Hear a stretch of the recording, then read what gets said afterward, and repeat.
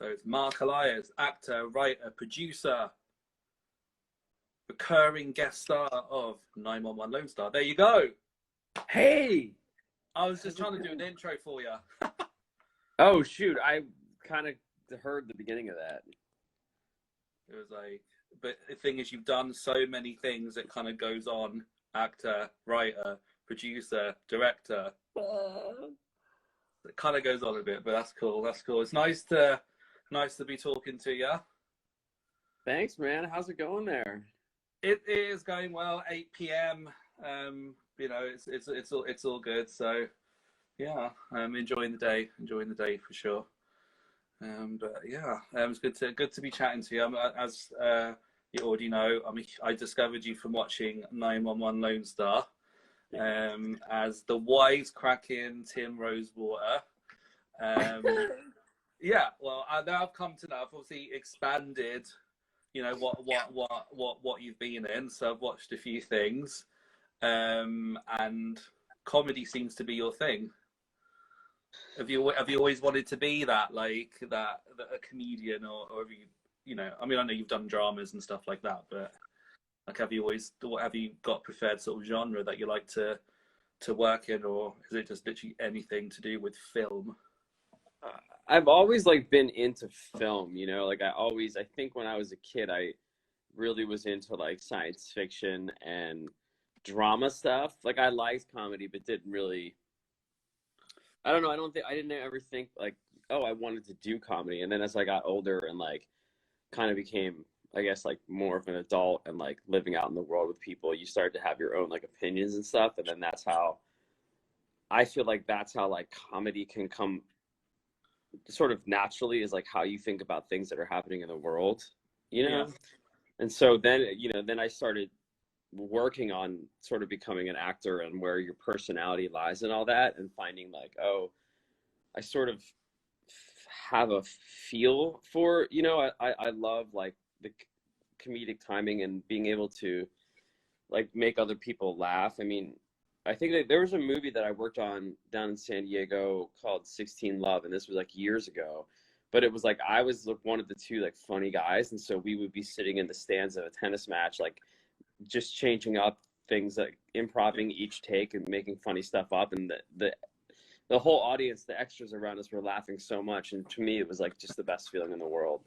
So that was when I was really like, wow, comedy is like, I really enjoy it. Yeah, it kind of looked like, from what I know, you were going to be a graphic designer or something. That's that what you're studying at university, weren't you? Yeah. And then you kind of happened to make your way to California, and then the acting, you know, kind of pretty much started from there on. But were you thinking maybe this acting thing won't happen? Maybe I should do this as well, or I mean, what were you sort of thinking? You know, when you're at university and doing that course? Well, I grew up in Philadelphia, and Yeah. you don't really have a sense that it's something you can really do, you know, like acting. It's sort of like you grew up in Philadelphia playing sports. So Right. that's like, you either do that or you have like a regular job. And I was like, well, I played sports and I love soccer, but it wasn't something that I ever became a professional in. And then I went to college and I took an acting class in college, and I was like, oh, this is really cool. But like, it's like, you don't know that you can do it. But I enjoyed it. And you're like, I don't know how anybody does this as a job. And then I ended up, like, a friend was living in Santa Monica, and so I went and crashed on his couch and like started, you know, just looking for jobs. And then I got a job here in Los Angeles, and then I was able to start studying at Beverly Hills Playhouse. And then I studied there for a couple of years, and then sort of learned how the industry works, and studied other places and just kept studying. So it was kind of like a gradual, it wasn't like, oh, I know I can do this. It was kind of like, oh, I feel very natural doing this. I think it could be something I could pursue.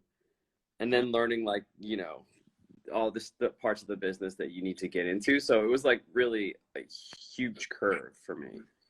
Was acting your first thought? Or, I mean, because obviously you do writing, directing, producing, the whole shebang.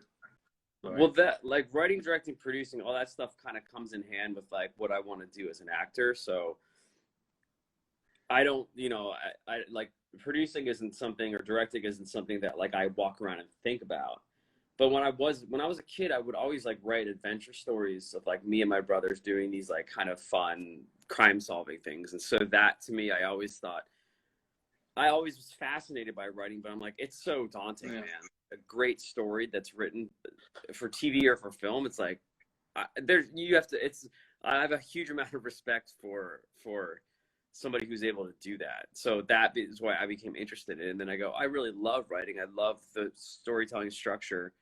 And so I've kind of become fascinated by writing, but acting is like sort of the number one thing that I focus on. Great. So you also attended, is it the Second City Conservatory as well? I think I read something like improv. I mean, what kind of things do they get you to do, like as part of like improv class and stuff like that? Like, So Second City, I did do Second City for a while, and yeah, they do a lot of. Gosh, I'm trying to think. Like a lot of it was the comedy should like come from the character and the situation. Whereas like other improv schools, it was like, oh, it should be this like kind of really wacky thing. And that never resonated with me. Like I always felt comfortable with like the comedy coming from the situation. Do you know? It's like, it's like,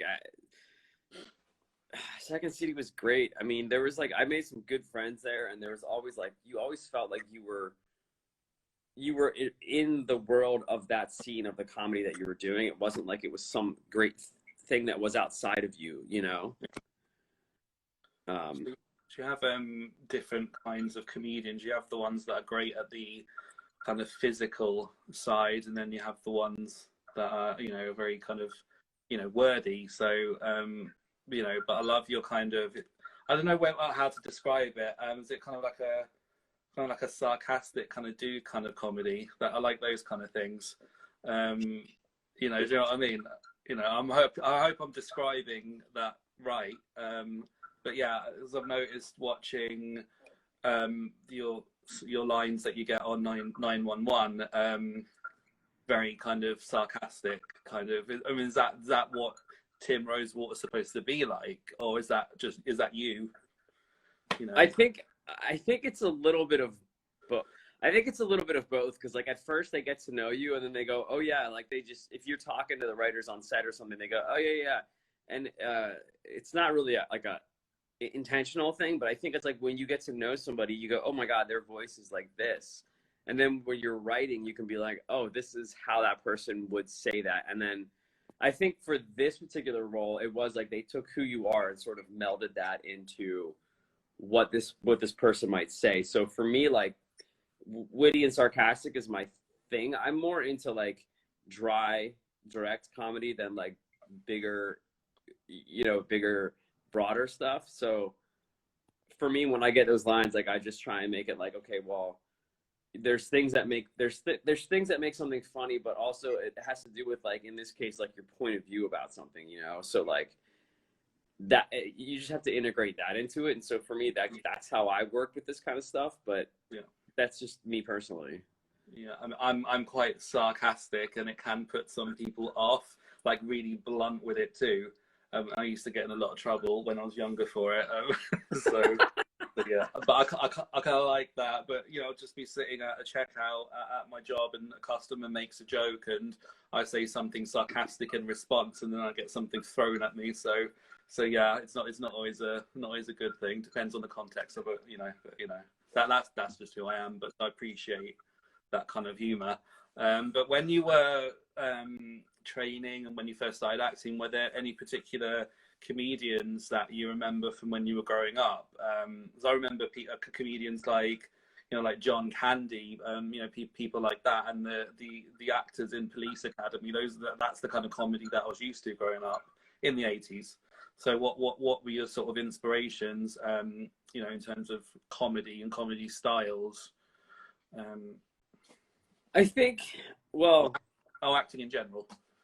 I one thing is like this is a very different thing, but it's like I'm a very big Buster Keaton fan. So for me, like well, actually, I'm a very big Charlie Chaplin fan and Buster Keaton as well. And so that, like, to me, I'm like, I love those like physical comedy things, but that's like a very specific style. So when it comes to like this kind of comedy, for me, it's more of like, I always think of like, well, what's the comedy that I like really love and something on TV? Like 30 Rock, I feel like there's just so fast and quippy, and it's almost so fast that you go, oh my God, I got to rewind and watch that because it was so funny, but they've already moved on to the next joke. So for me, I think like indirectly, I think a lot of like 30 Rock, or I'll think of like the point of view that people have in The Office.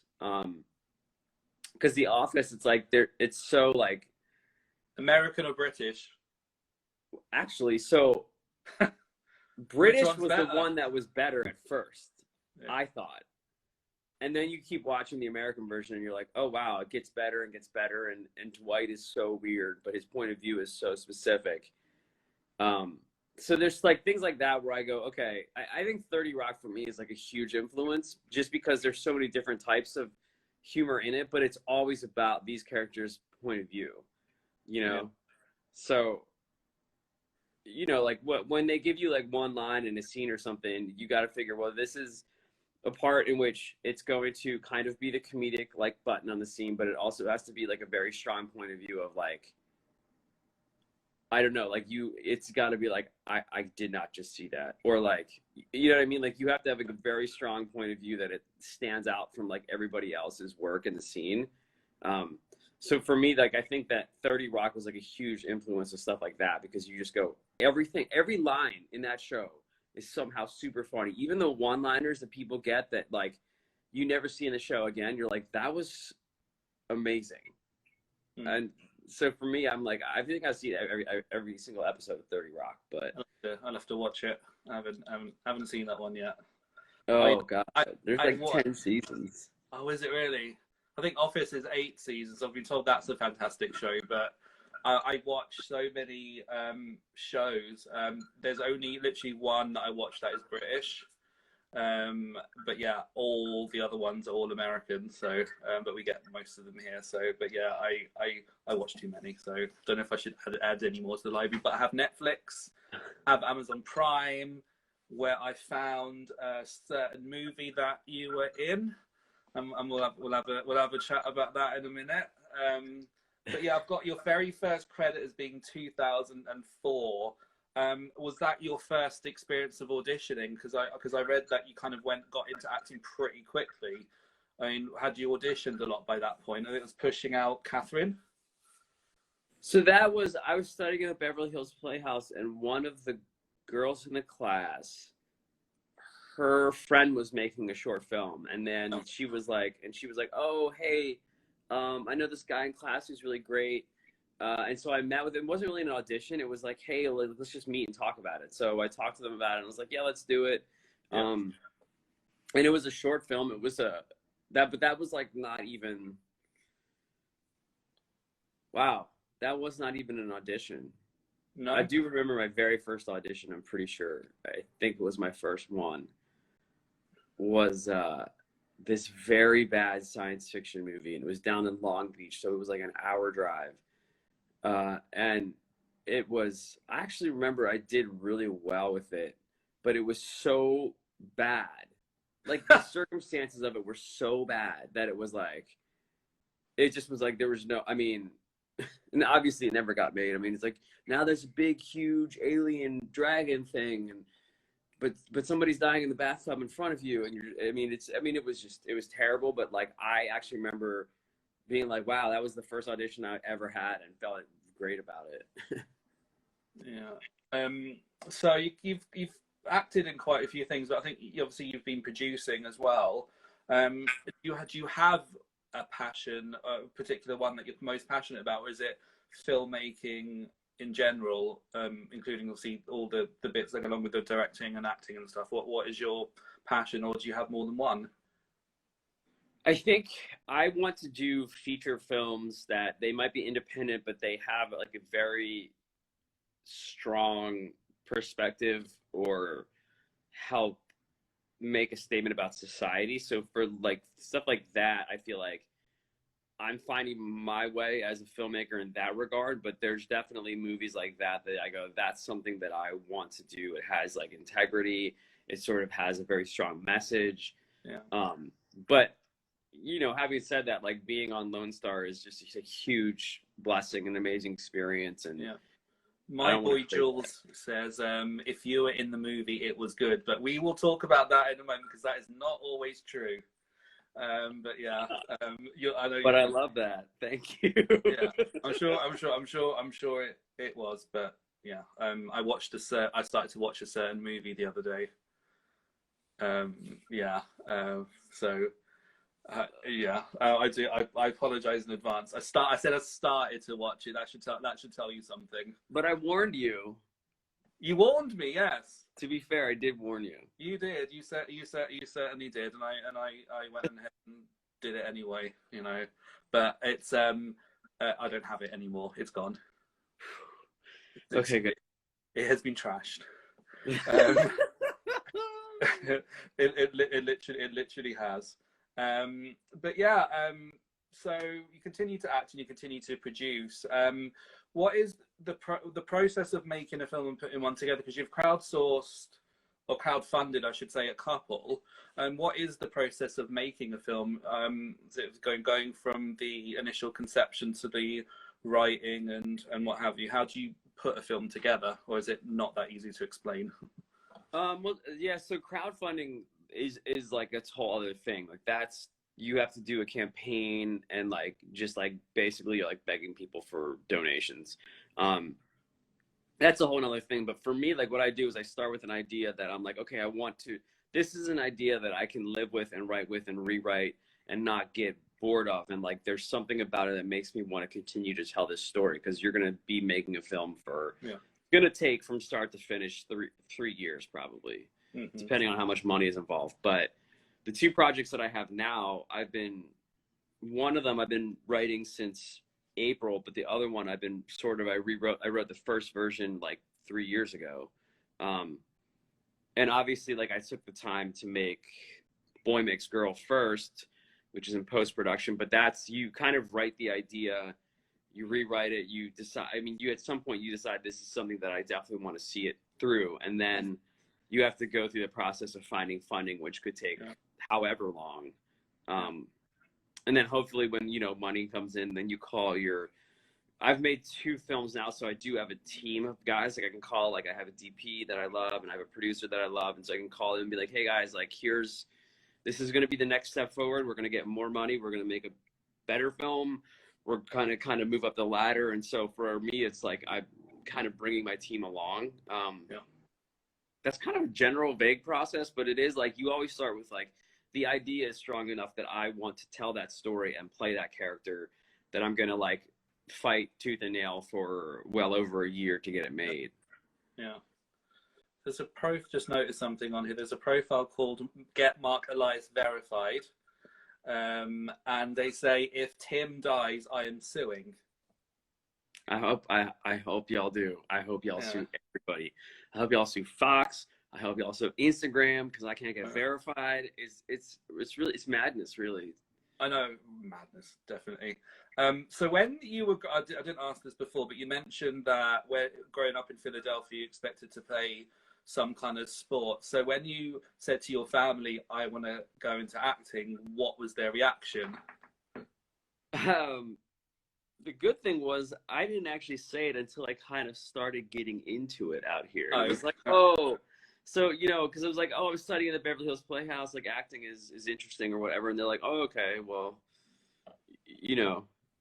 and then it was like, I just started auditioning for stuff and I got this thing. And it's always like, I don't feel like a lot of people outside of maybe New York and Los Angeles know what it is. So their idea of acting is like these terrible stories that you hear. Like I had a family member be like, you're going to end up like Tom Cruise jumping on a couch, which is like an interview that he did years ago. And you're like, I don't know.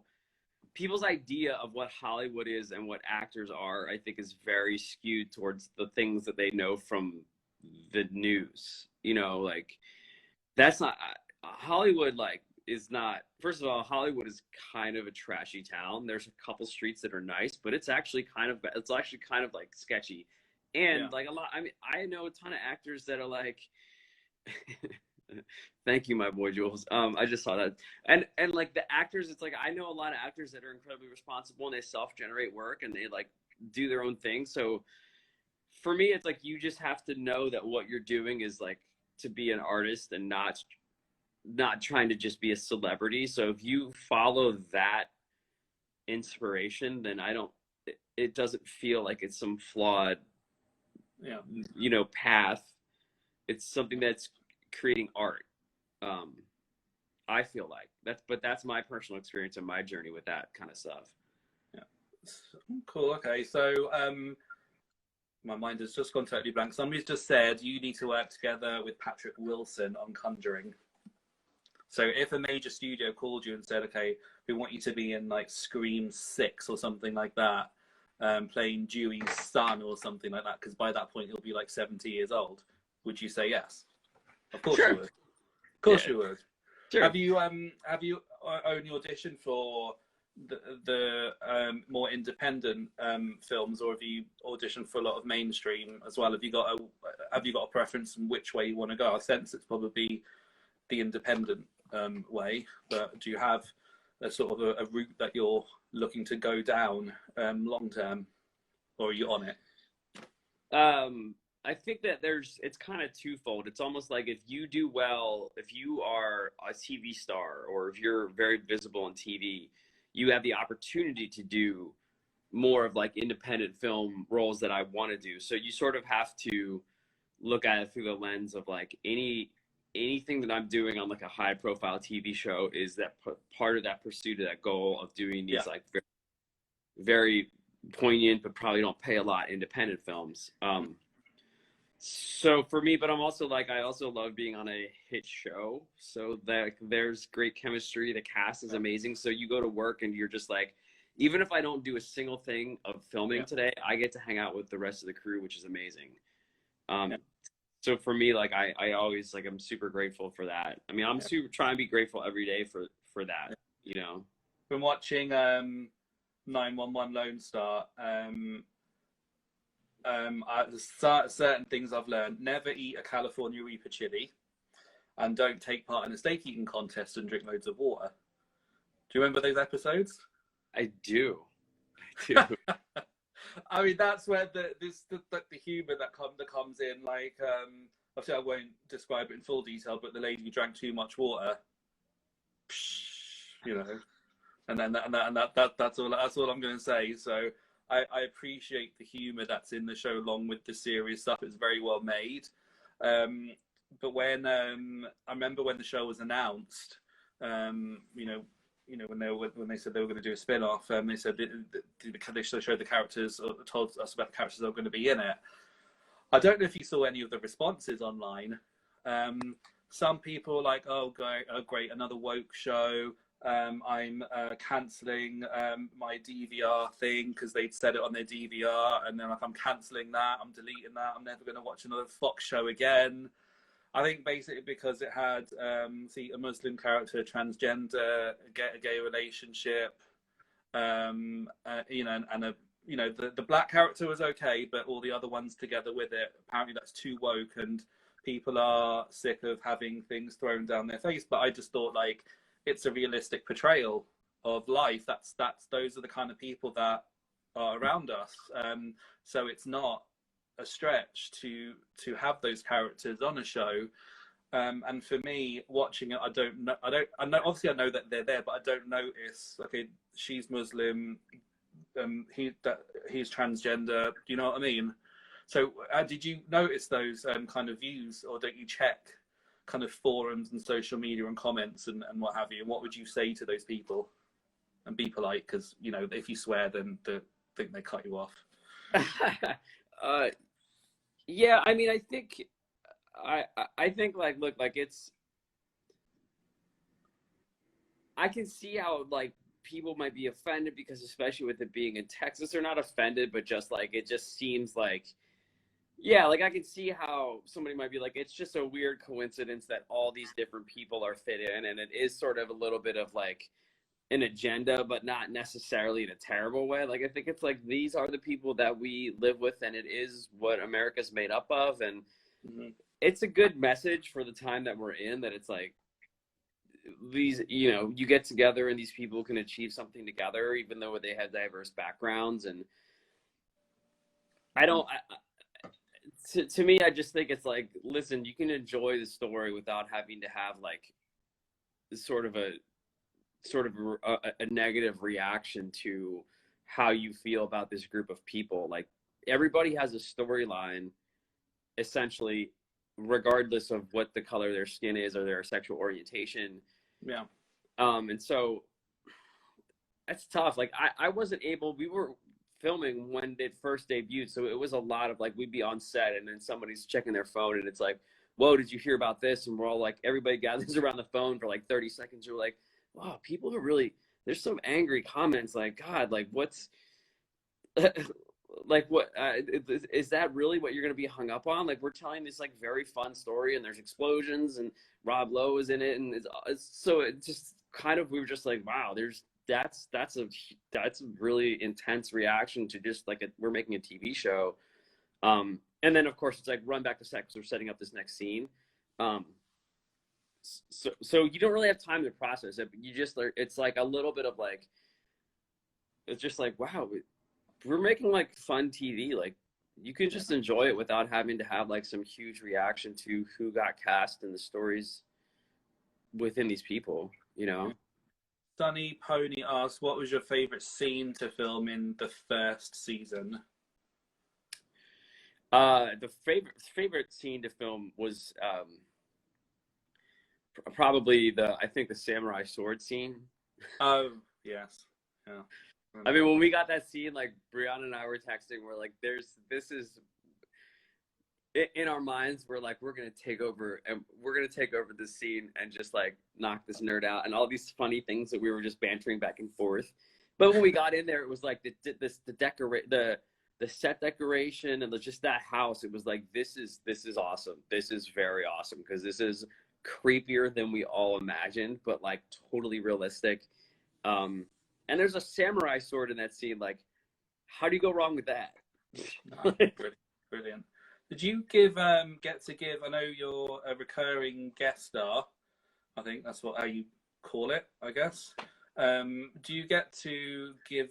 Say, you have given a certain line, you told to deliver it in a certain way. Do you say? Can you say maybe it'll be good this way, or do you not have that power? You know, as a non sort of series regular, are you able to do that at all? For like the dialogue, you mean? Yeah, the dialogue. If you think it should be delivered another way, do you have that kind of say, or is it just sort of you just deliver? They say deliver it like this, done. At first, I think it was like I think it's just like you don't. Well, at first it was a new show, so you're like I don't know. You're like I don't even know who to talk to, and it happened so fast. It was like we're in production, and then boom, and so you just go. We're just going along for the ride. Let's just And then as it goes along, you go, okay, I get what's going on here, and like I've talked to the writers. So there's times where I'm like, Yeah, hey, it's actually funnier if I say it like this, yeah, and then the script supervisor will be like, yeah, but you go talk to the writer and you go like, so this is what you're kind of going for, and it still achieves what you want. Like, how about if I kind of say this or have this line here at this part? Like, how can I make that make more sense? Because from my point of view, he's probably still angry here, but if he says this, it allows him to get to here where he's more less angry and more trying to calm himself down. So for example, that in which you can talk to the writer and be like, yeah, well, this is what we want to get across, so if you do that, it's still fine. And so now it's like more of just a conversation of like, if something feels awkward or if there's a moment that's like not in there that should be, like, you just kind of talk it out. yeah. One of Yeah. my favorite lines that Tim has given is only literally just 3 words, but it was the case where the team went to this house that this man was living with. I think it was his mother or his aunt or something, and she's clearly dead. And Tim goes, "Okay, she dead." I just thought that was funny. It's just literally just 3 words.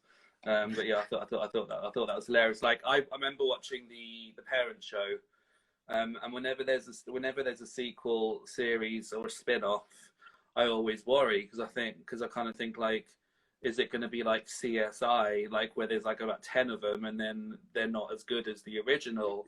I think I probably prefer this one. I don't know. Maybe because it's got Rob Lowe in it, and I really like Rob Lowe. I remember him as an actor when I was young. Obviously, I remember. I don't know Brian. Is it Brian Krause is the lead of the other 911? But obviously, you've got Angela Bassett, who everybody knows. Right. But I kind of grew up a Rob Lowe fan. So I kind of, maybe it's because of Rob Lowe. I have no idea. But other than that, all the other actors are pretty much new, apart from, his name has just gone out of my mind. The guy who used to be in True Blood, that guy. Oh, Jim Parrick. Yeah, sorry, Jim Parrick. I was actually Googling him before, so I don't know why I forgot that one. But yeah, so I prefer the show. I don't know if it's I don't know if they're wildly different, but I think you've got stories typical of that area of the country, like the one with the grain silo and stuff like that, along with all the spectacular explosions and the action and natural disasters. That woman ends up her car ends up wedged between 2 buildings. Right. That those sort of things. I like a bit of action. I appreciate that. So carrying on through your resume, you get to a certain film. Is it okay to mention the name? Sure. It's called Claude. I almost said crawled. Claude. So I thought I'll give it a chance. And this may sound like an exaggeration, but I feel violated from watching it. To be fair, this was one of the first this was like a film that I auditioned for, and it was when you're still trying to get credits, and so I was well aware that it was a bad horror film from the start. Yeah. But I've also never seen it. I've only heard people be like, yo, you did this film? And I'm like, yeah. And also, it was made like well over 10 years ago. I think it was 15 years ago. I think it was, wasn't it? Or was it 10? Was it 2005 or something? Maybe not. Maybe. Feels like it was around 2008 or 9. It feels like. Oh, okay. Well, it was a long time ago anyway. but yeah, I kind of turned it off at the point when your first scene where there's a group of you sort of walking down the street. I guess I think the characters are going on a geology field trip or something like that into the area that they're not supposed to. But I remember watching the first, I think it was the first literally 15 minutes, and I thought this is like a bad sci-fi channel movie, with that thing that like sucks the face and stuff like that. And yeah, it's kind of similar to those movies that you see in the 80s that try and copy Godzilla, and blatantly the monsters are like on a skateboard or something running towards you, but yeah. Have you had many regrets in your career apart from that one? Because like you said, you're trying to build up the credits, but you kind of think, now I kind of wish I never did that one. I mean, it is what it is. You kind of everybody. I mean, a lot of people. I guess it gives you practice. You try and build a reel. You try and get paid to like keep doing what you want to do. So. Yeah, I mean, I did one of those. I did 2 of those actually. Like I did, but it's not really. It's more of just like you get to a point where you're like, now I'm not gonna do stuff that I don't want to do, or like it has to have some sort of value for me or meaning, or it has to be at least a role. You're like, this movie could be bad, but at least I want to do that role. So I guess I mean I wish I hadn't done that, but at the same time, that's all part of like. you're not even getting paid, and you're like happy to be driving a set because you're like, I'm doing what I want to do. And yeah, it's not the kind of movie that I want to do, but it, you know, I get to be one of the leads and be funny. And so that was, you know, that is something that I kind of, for sure, I'm like, oh God, why did I do that? But at the same time, you're like, you know, it's part of the journey that you go on. So it's, what else can I do? Well, but yeah, I mean, if you want, I can always dig it out and mail it to you as a gift. Actually, yeah. Maybe not. Or maybe if I send you the sleeve, you could autograph it for me. Okay. What might be worth some money someday. Hopefully not for that movie, but yeah. So obviously we talked about your filmmaking. There's a pretty interesting film that I watched, and I mean interesting. I'm not just like going into another joke about a really bad film or anything like that. So I saw Golden Boy, and normally I don't watch serious films. I watch, you know, the action, the horror, the blood splatter, and all that sort of stuff. That's why I was interested in Claude, but you know, we'll move on from that. So I saw Golden Boy, and I honestly I couldn't not watch it. It's one of those things where you can't. For me, I couldn't hit the pause button. Now, I obviously read the synopsis. I kind of knew a little bit about what it was about, but I didn't expect to go as deep into it as I did in terms of how I felt about it. So there are some movies out there that kind of get you emotionally and sort of, you know, make you think about things. And for me, this was one of those movies. Now it starts I think at the start there's it's like a pan over the Hollywood sign.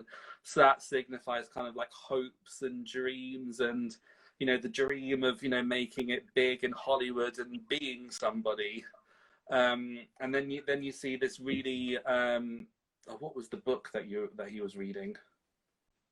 See this lonely looking guy sleeping on a mattress on a floor reading a book, you know, in this really dodgy like apartment building with you know, a very lively couple upstairs. Which kind of like cracked me up. And I kind of looked at this guy, and he seems like, you know, quite unassuming. He's got his he's just a regular guy. He's got his job at like we call them off licenses. I guess you call them liquor stores.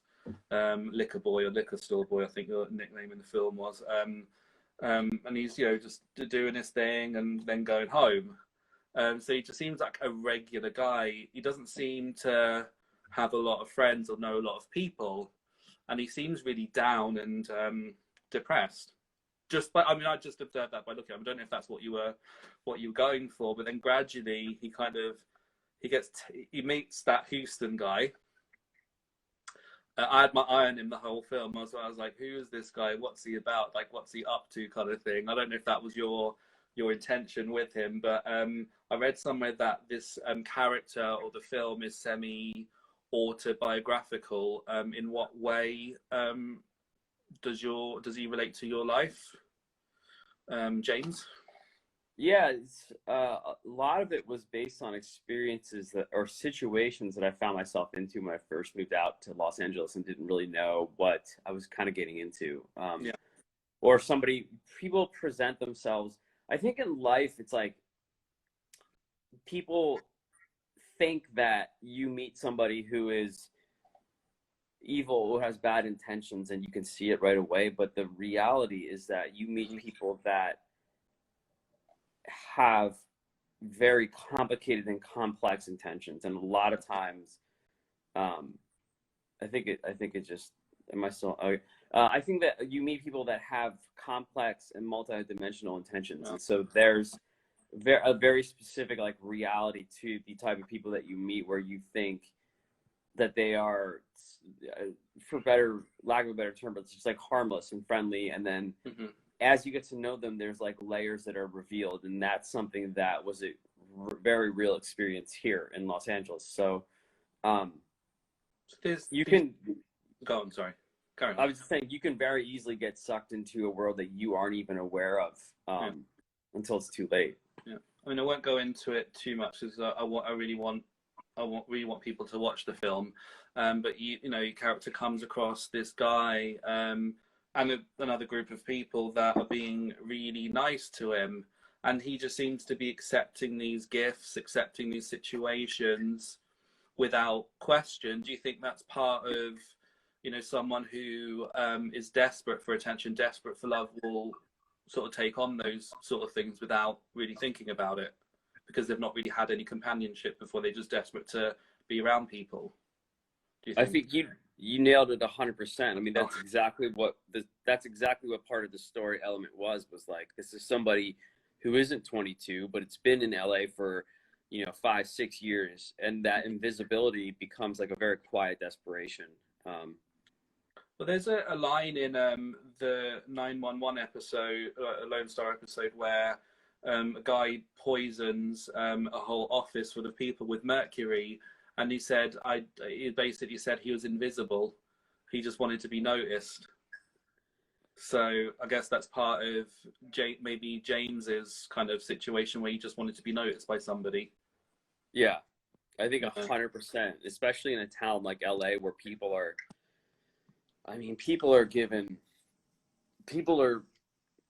given so much for just how they're perceived or seen, and like it's without any talent. It's like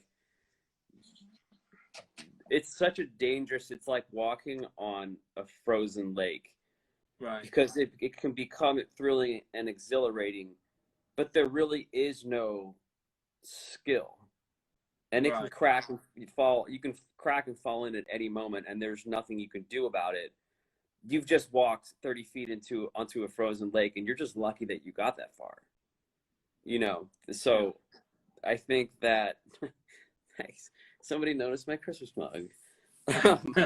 And so I think that actually I love that analogy, but I think that that's exactly what this world is like, and is explored. And one of my favorite movies is Less Than Zero, and I feel like this has a lot of elements of that world in just like a different part of like the dark side of Hollywood.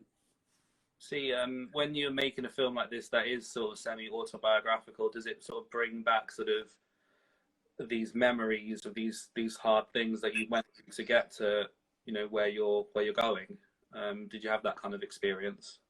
Yeah, there was one or two scenes in particular where it was like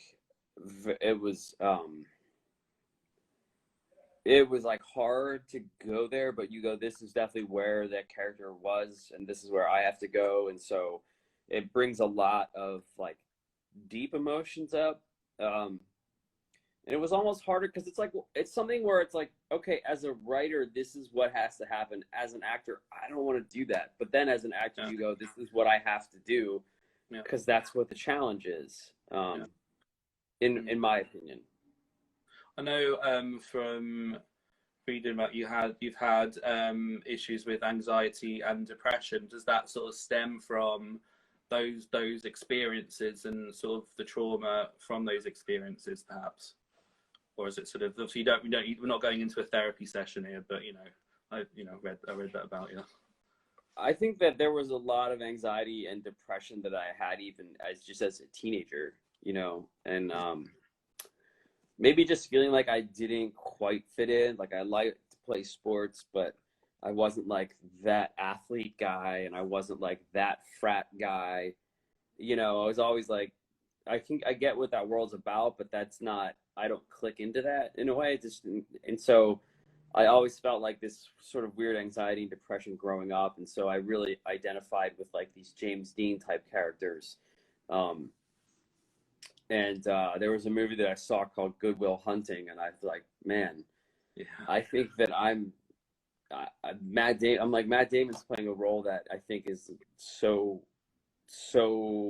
close to me, that I just felt like there's things there that this is definitely the right thing that I should be doing, but there's some sort of alignment there that can be portrayed. And that was like one of the reasons why I was so adamant about like, I think this movie needs to be told, even if it's more of a slice of life type of film than it is your traditional 3-act structure. These things happen at these moments.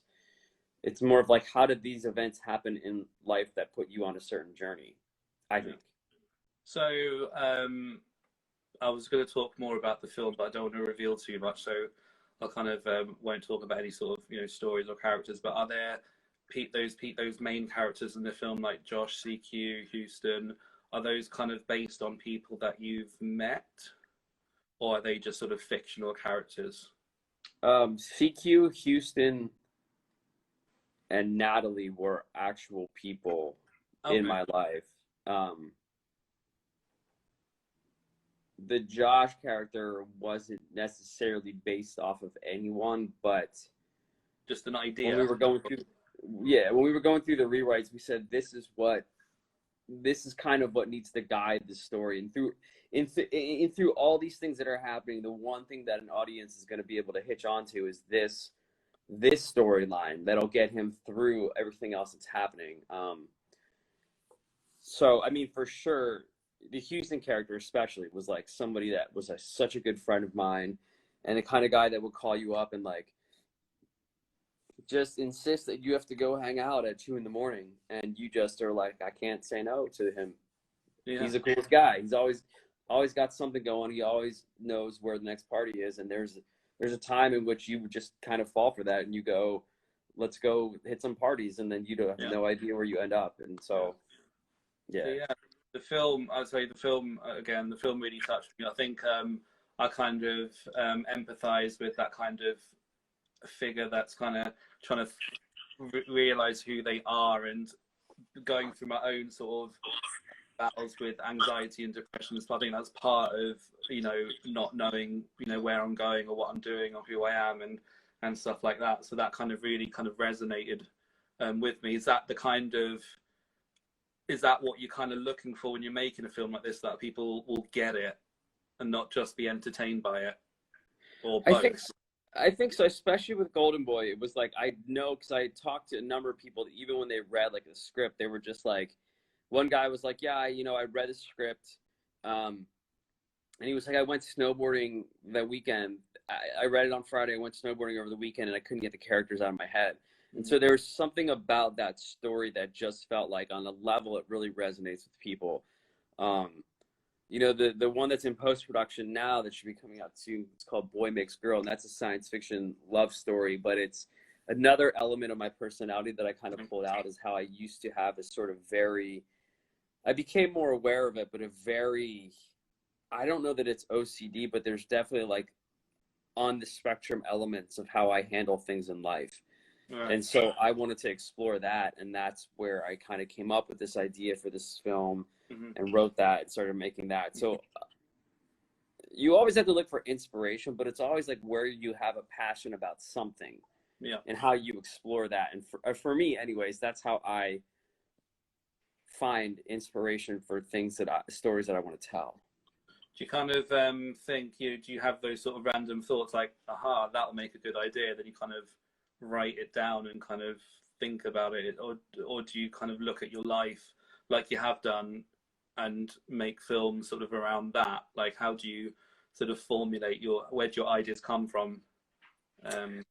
So when you get an idea, the thing is, I think it has to be something that sticks with you the next day and the next day, because there's a lot of times where you're like, that'd be a great idea, that'd be a really cool idea, but then you don't, it doesn't haunt you. And if it doesn't haunt you, it's not a story that you're going to want to stick with and tell. Right. So when Golden Boy was in post and I started to realize, hey, this is something I really enjoy doing, I think there's more to be found there. And I came up with 2 ideas, and Boy Makes Girl was one of them. So I got that one going first, but these other ones that I've had, I'm sort of like, these are stories that I definitely do want to tell, and they stick with me. And that's when I think when it sticks with you, that like, this isn't something I'm gonna let go, and I just have to commit myself to making it happen. So with the we'll finish up on Golden Boy. Sorry, it's just I could talk about it for hours. But with the film, was it always meant to be video on demand, or do you see legs in the film like it could sort of go on from where it is at the moment?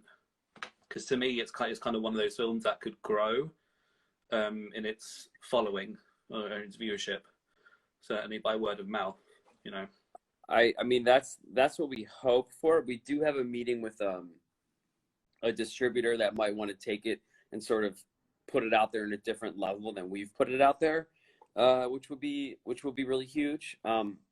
It's definitely been something where it's been a word of mouth, or like it shows up in a category that people are searching on Amazon and they go, oh, I want to watch that or something.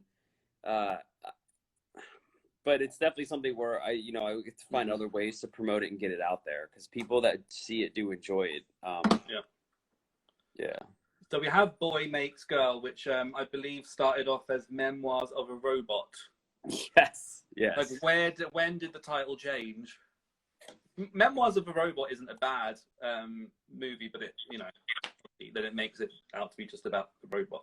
But yes, well, that was the dichotomy. Was we have a character who's a human who is on the spectrum, and so his behavior and the way he processes things is very robotic and structured.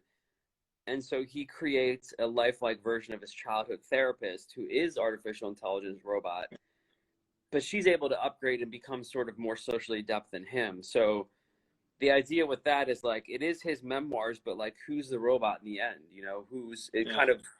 It wants you to evoke that, but then at some point in a rewrite, I go, the rewrite got away from the idea of it being a memoir, and it got more into an idea of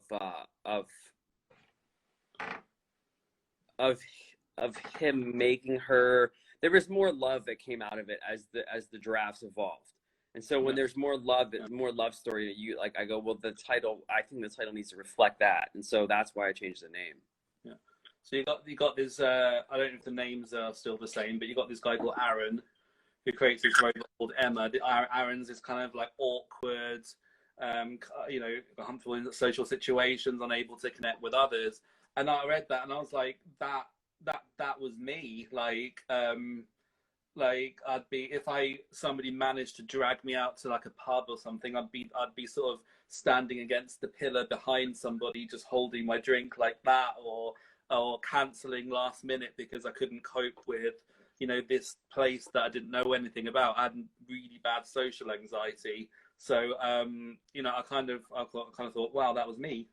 So again, you're creating this film that's gonna invoke those kind of feelings in people, which I think is great. But this thought of being able to create a robot that is lifelike and can emote, that is probably where we're going, actually. But yeah, what was yours? Yeah, it's crazy because it's so. I mean, 2020 has been so weird that it's like nobody's thinking about artificial intelligence. But in general, it's like artificial intelligence is something that we are going to have to deal with in our lifetimes for sure. And then I just was like, well, what I want to explore, like, what does that mean? So what are the good and the bad things? Like, if you had like an artificial intelligence nurse or a therapist, like, would that be, what are the good things about that, and what are the bad things about artificial intelligence in our life that replicates human relationships? And so for me, I go, I'm not writing obviously like a term paper. It's entertainment, but it is like what about this could be good and what about this could be bad, without it being like the Terminator, where it's like the robot turns bad and kills people, which is not, we've seen that so many times. I'm not interested in that. It's not that deep, Yeah. But there's movies that you can align it with, like, okay, there's movies like Stranger Than Fiction that kind of is this guy's relationship to the world, and there's Her, which is like the relationship with artificial intelligence, and like, so there's movies that you go, this is kind of that world, but like taking a deep dive into the relationships that evolved from something like that. Yeah, it's interesting. When you sent me the link to the Instagram, I was just like, looks pretty good. I like a good sci-fi film, so I'll be looking forward to that one. I mean, my sci-fi consists of like aliens and things like that, so it's obviously not like that, but it's a sci-fi kind of drama. So yeah, I think this is going to be good. So is it kind of like therapy for you? doing these films partly based on your life? It definitely is. I think, well, one of the things that for me I think is a big draw is like the character who is an outsider, you know, in some respect. Like James in Golden Boy is an outsider. Aaron in Boy Makes Girl is an outsider. They're always on the outside looking in. They want to be a part of something and they're not. And so I think there's that common thread for me, but I don't know, man. I'm excited about this one getting out there because I think it could be really fun. And I know that I'm sure that people are going to think that it's something like Terminator and I love like District 9 is one of my favorite movies, and I love like Arrival, and I love science fiction. Yes. But this is definitely like a science fiction love story. So it's a little less on like the electronic technical drawings or spaceship stuff, and this is just much more like relationship oriented. If you are, interested, I've got a friend who I interviewed. He specializes in AI, and he's trying to get AI into healthcare in this country, in terms of the programs and interface, how you access medical records and things like that. I know it's AI in a different direction, but if you want any sort of technical advice, I'll sort of, link you as, give you a name and like his profile and stuff like that. And, if you have any questions, I'm sure he'll be able to answer them for you. But he was a dude that was a contestant on The Apprentice about 13 years ago. Oh, wow. That's his speciality.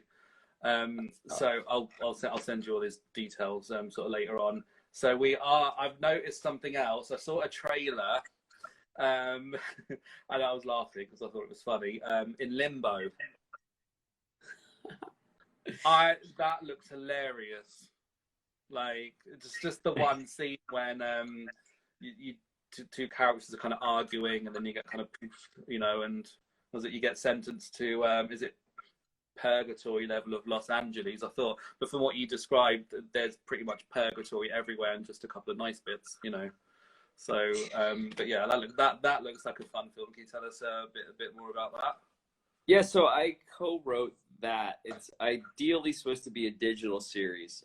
We're having some meetings about restructuring it, but we love this idea of two people that hate each other in real life are sentenced to share a 2-bed, 1-bathroom apartment in the purgatory level of Los Angeles. So they have to put up with each other and find a way to live together while also living in a world where there's, angels and demons and, vampire, whoever. I mean, Napoleon could show up. Like it's purgatory. I don't know why Napoleon would be in purgatory. Probably be in hell, but you know what I mean? Like there's a huge amount of like comedy that can be mined out of that. So we're very excited about that.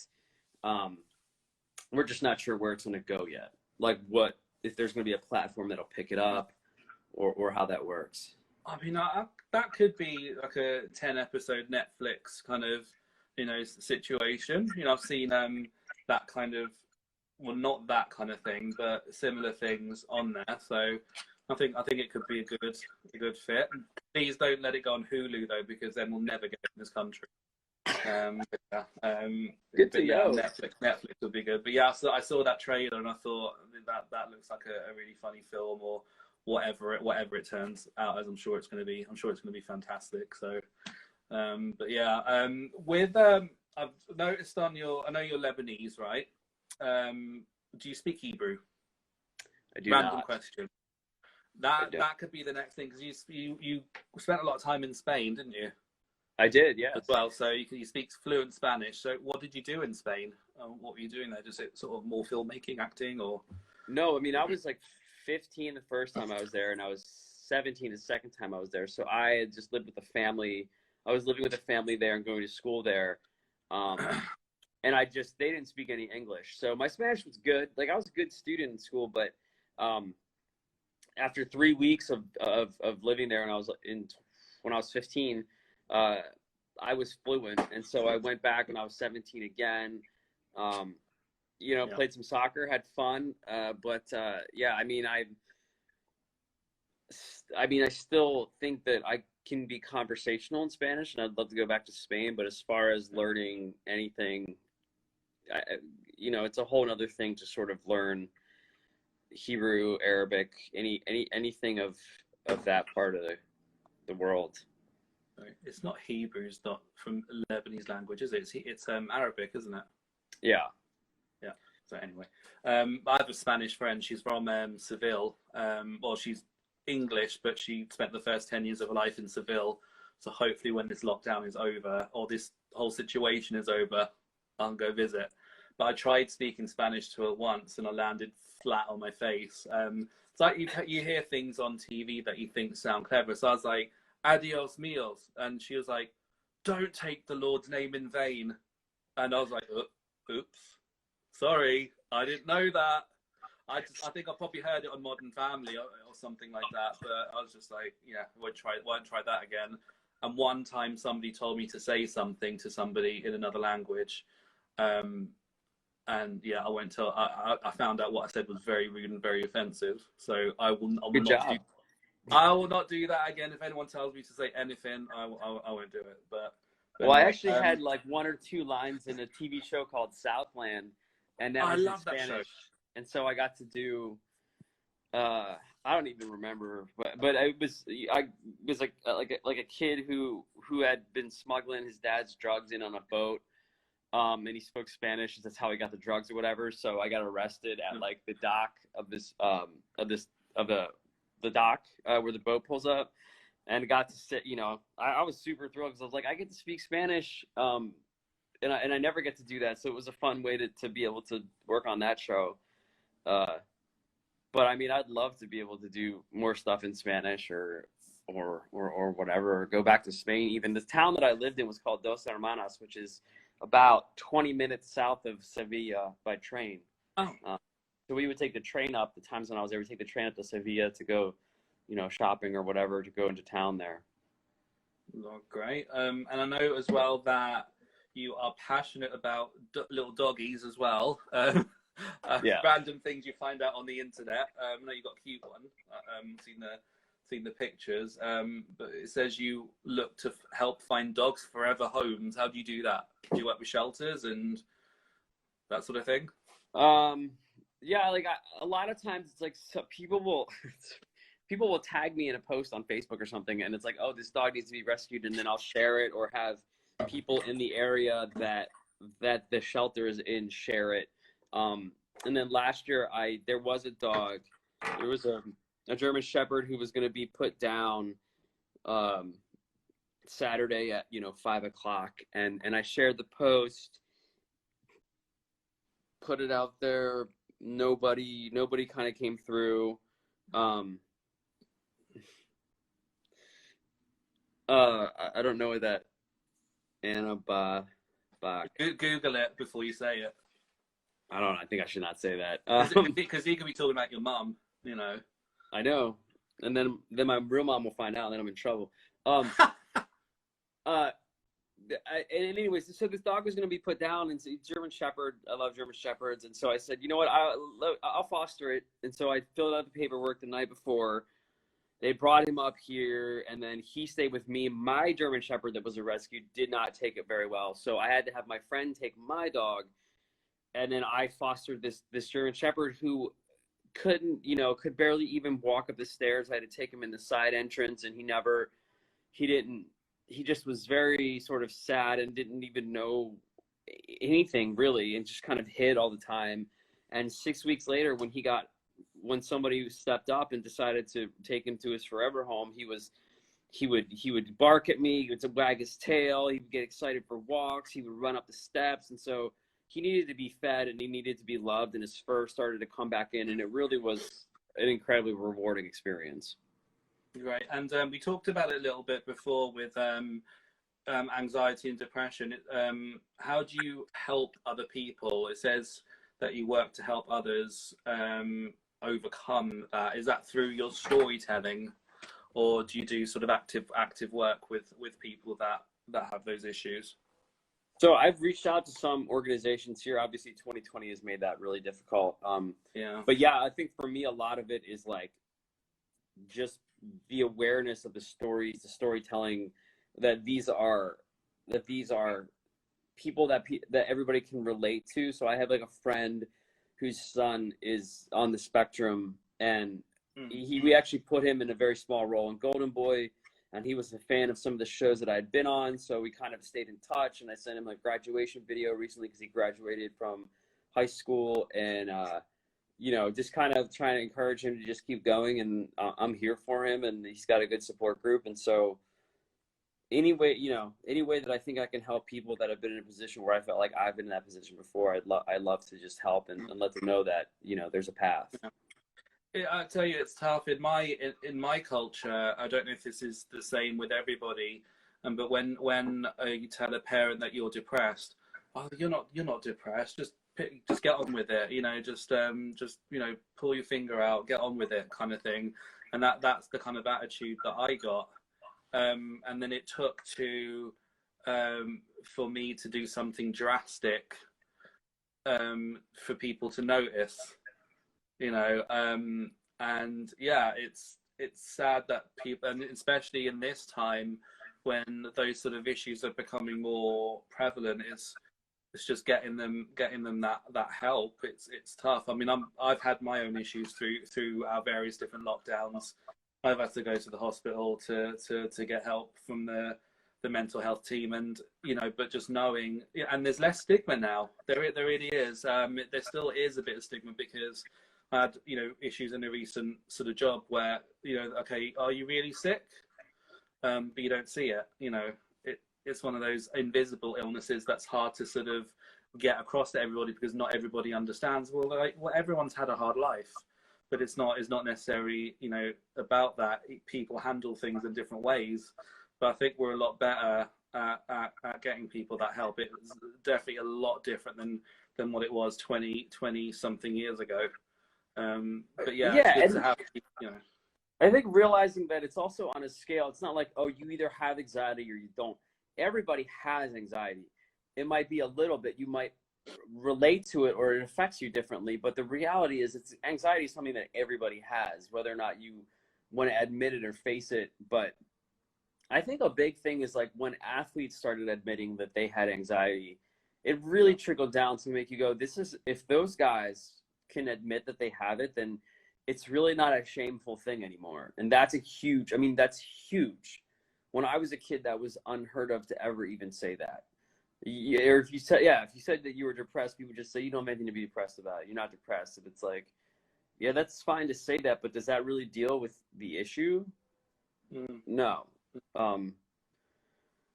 So we're headed in a better direction with it, but I think it is still something that like we should just all admit that it's possible and it's something that everybody deals with, and then we kind of face it head on instead of just brushing it under the carpet. That's great, my boy Jules. That's amazing. He's found inspiration from watching Lone Star. Who's Julian? All right. Sorry. Oh, my mind's gone blank. Who is Julian? Mateo. Oh, Mateo. Sorry, Mateo. Proby, right. I forget that one. So how do you deal with your anxiety now? Man, I mean, there's obviously not one quick, easy fix, but you know. I think a lot of it is identifying that I'm feeling anxiety, and then I will examine. I will personally ask myself, like, where do you think this anxiety is coming from? That doesn't help it, but I think that just sort of breathing through it and realizing that this is just a moment that I'm going through, and emotions are in motion, like literally motion is part of the word emotion. So just realizing that you're going to wake up tomorrow and you're going to have different emotions, it's almost like self psychology, but I think part of it is admitting that you are having anxiety right now. And then being okay with that, because a lot of it is in your response. So you recognize, okay, I'm feeling anxious right now. I have a ton of anxiety. Now it's my choice to how to respond to that. Yes. And then once you realize that, I think it makes it easier. It doesn't solve it. And people, there shouldn't be a stigma on talking to a therapist at all. But like talking to a therapist is a way to help it. I know for me, it's a lot of times it's just identifying, well, that's happening right now and then why, and putting it in perspective. I talk to a therapist. I'm not ashamed to admit it. Very helpful. And there you go. I'm still here, still kicking. Part of me doing this was feeling depressed and anxious through lockdown because I haven't worked an awful lot since March. I had to have a job interview in the new year though, so wish me luck for that one. But yeah, it sort of came out of I literally was in my room almost 24 hours a day, was scared to leave the house. I had an idea. I thought, okay, I'm gonna learn to knit, I'm gonna do more baking, I'm gonna do more cooking, and I'm gonna create some content for my YouTube. But I didn't do anything about it. But then it was not until we had in England a 4-week break in August. I think you're buffering.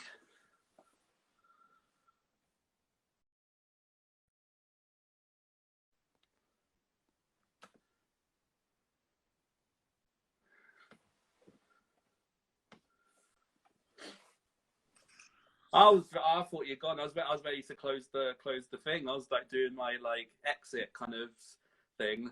Oh, go for it. Do your exit. I know. I still want you for at least 5 minutes. Okay. Then we're done. But yeah.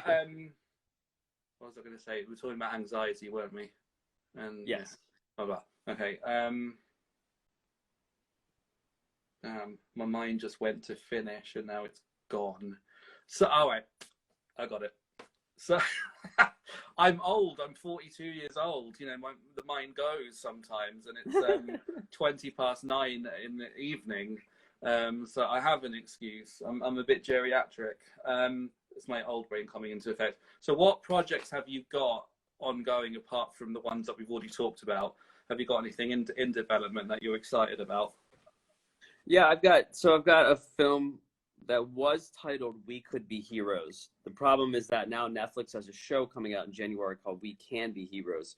So the title's going to have to change, but it's a comedy adventure crime adventure, this odd couple duo.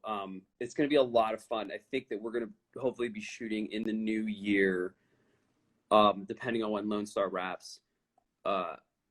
But that's the next one. And then I have another one developing that's much more serious, it's like a suicide survival story. Wow. So I'm going to opposite ends of the spectrum with something very fun and exciting and witty and comedic. And then another one that's going to be probably the most dramatic and dark story I think I've ever told. Wow. And is that again coming from personal kind of stories, or is it? I think that vein of my life is reflected probably pretty well in the idea of the story, but I'm not drawing on any more life experiences until I probably won't do that until I have something substantial to tell. You know. I mean, how has COVID changed things? Because it's been like, it feels like dog years. It feels like it's been a very long time. I think it's been 10 months, but it feels a lot more than that. I mean, I know you said you're filming with 911 now. How is that all different than what it used to be? And I know you're with Gina Torres now, which is it's great. One of the only women whose character scares me so much it make my balls shrink up right into my body. I'm being serious. She's great. Her and Heather Locklear as Amanda Woodward in Melrose Place. But anyway, she's great. COVID is tough. The crew, I mean, it's handled really well, but it becomes more of like there's tents for the camera crew, and then the actors have to go off into this room, and then we come in and we're wearing masks and we rehearse it, and then we leave wearing masks, and then they go, okay, it's time to shoot, and then they bring us all back in and they take the masks off and we shoot, and then they cut, and then we get the mask back on, and everybody in the crew has a mask and a visor, so it's like they are covering and we get tested Monday, Wednesday, Friday, and 2 days before you shoot. So if you shoot on a Thursday, you get tested on Tuesday. So they're covering a lot of it's a lot of hoops to jump through, but they definitely are handling it the right way. So does it take a lot longer to shoot an episode than what it normally would? I think in the sense that they're cutting it back so that you can only shoot 10 hours a day instead of 12 hours a day. And you can only shoot Monday through Friday instead of Monday through Saturday. So there's more of an effort to like get home, get sleep, stay rested. Yeah. And in that sense, it's probably not, it's even more of a rush to get the same amount of content in less time. But it's a lot of juggling for them. So for making a film, you got to imagine it's going to be even more difficult. Assume there's going to be a reduced episode count this year. That I am assuming is correct. I mean, I think that there was going to be 18 instead of 10 for season 2, if I'm correct. And then my guess is with COVID, it might get cut back to like 14, but I don't know. I think that the goal was we're going to try and shoot 18 for season 2. Then COVID kind of threw a wrench in everything. Yeah. So we have to see. Anything you can tell us about season 2? Probably not. There's a lot going on. It's going to be insane. I think everybody knows now. I can say that there's a crossover episode because everybody knows the LA one is over with Lone Star. I was gutted that Liv Tyler left. I've been a fan of her since, gosh, I don't know when, Armageddon, which was, 20 some odd years ago. Okay. I remember that, and at the time I didn't know she was Steven Tyler's daughter, but you know, I think she's great. But yeah, it's interesting. Is she coming back to wrap up her storyline from or is it just done? I think it's all just done. I imagine Gina Torres is great in it because she's just been a badass in pretty much anything she's done. She is amazing. And she's British, right? I don't think so. I think she's from New York City, actually. I thought she was British, but anyway, she's brilliant at what she does. So I'm definitely. God knows when we're going to get it in this country. Some things we get really quickly, but Lone Star didn't start until I think July. Oh wow! And I think it just. I mean, I watched it on this sort of catch-up thing. I think it finished in October or November. So yeah, we got it super late. So I'm hoping they pick that up. But just to finish off, I'm hoping, my hope with what's going on right now, obviously COVID's been long, it's been depressing, it's affected a lot of people's lives. There are historical businesses in England that have gone under, a lot has changed. But my hope is, and this may sound deep or, but I hope that we all come out better people.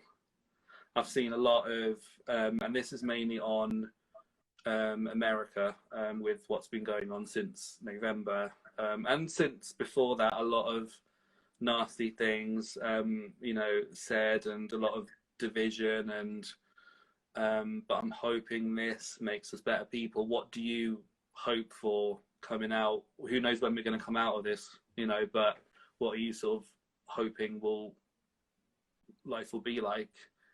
I guess, I want to be optimistic, and I want to hope that it makes people better and more grateful for the things they took for granted. Yeah. Especially in the entertainment business, man. I hope that people come out of it just more grateful, more grounded, and just human connection should be valued so much more, or I shouldn't say should, but I hope that it's valued more. I mean, I've made friends virtually that are very close now that I've literally never met because we've gone through this thing since March. And I think the thing is, hopefully we come out of it wanting to be better as a society, taking care of each other, and really having that moment of, this is what I want to do and this is what I'm going to do with my life to make a better world. and move forward with 100% integrity and focus, because I think that that moment that we've had to step back and examine things has hopefully been for the better. Mm-hmm. Actually, one last hope. I'm hoping In Limbo gets picked up by Netflix. Has about like 10 seasons and a couple of spin-offs, and finishes with a big, massive movie. You know, in the cinema. But who knows if we even gonna have cinemas? Who knows? Theaters. It may just go virtual. Who knows? Fingers crossed that things, fingers crossed. But yeah, I really appreciate you coming on and having a chat. It's been a lot of fun. But yeah, I wish you all the best, and that's me done. Unless you want to ask me some questions, you know, we're good. All right. Well, it was great chatting with you. And thanks for taking the time to talk to me and discuss this stuff. And we'll be in touch. I'm around. Yeah, I'll might dig out a little Christmas present for you from the bin. Well, that might totally ruin. I was like, you know, forget about COVID. This is just the worst thing ever. Who is this guy? You know. Oh no, man, this is great. It's great to connect and chat and just, you know, like remember the hat. that we're people. What's on your hat? Is that fire? Oh, it's the guy who owns the fire trucks has the Hollywood Fire. He was a part of the Hollywood Fire Department, so he's gifted us with jackets and hats and cool stuff like that. So I need to get on that show. That'll be pretty cool. Souvenirs. But I've never acted before, so you know. But anyway, but yeah, it's nice chatting to you. Have a good day. I'm gonna go and have a bottle of wine. All right, well have a good one. Enjoy it. All right, we'll see talk ya. soon. Yeah, Bye. we'll do. Bye.